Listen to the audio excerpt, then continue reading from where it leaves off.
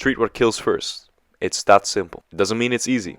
Here are 5 emergency medicine tips you need to know for this summer. Before we start this video, click the like button and press subscribe. Imagine you're at the beach with your friends and you're drinking and having fun.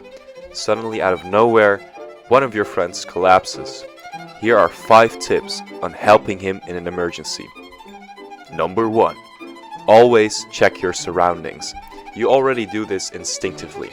You're not going to help someone who's next to some scalding hot water or a huge bonfire. So make sure you get your patient out of danger quickly. Number 2.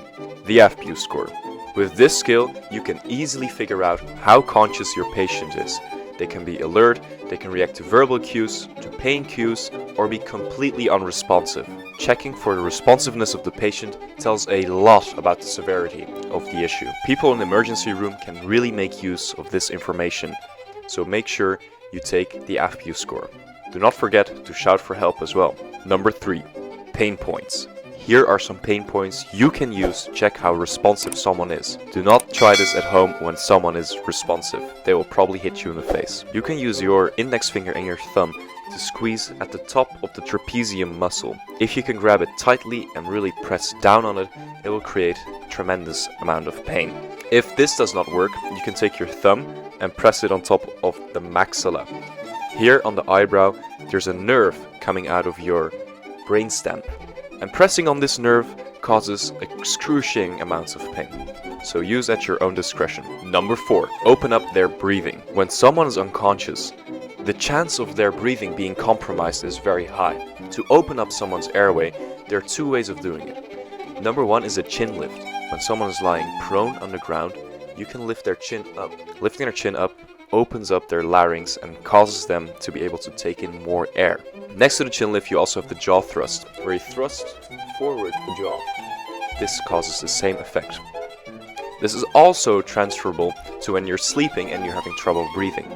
If you put your neck to the top, breathing will get easier. Now, if the patient does not have any trauma, but there is a chance of him puking on himself, then the recovery position would be your next best option. With the recovery position, you place someone on its side like thus. This way, they're stable and they can breathe easily by lifting their chin up. Number 5. Last but not least, check the pulse on the arm. Some people might want to check the pulse on the neck. But here on the neck, the carotid arteries, they have baroreceptors, meaning they monitor your blood pressure all the time.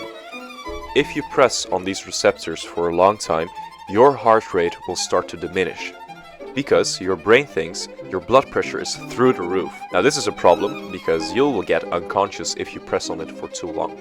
For the sake of safety, measure the heartbeat on the arteria radialis. The radialis artery is on the side of your thumb on your lower arm.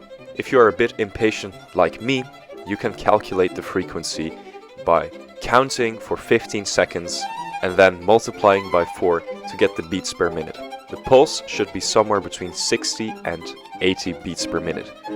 This can vary, of course, so check the pulse on the arteria radialis and make sure the rhythm is equally distributed.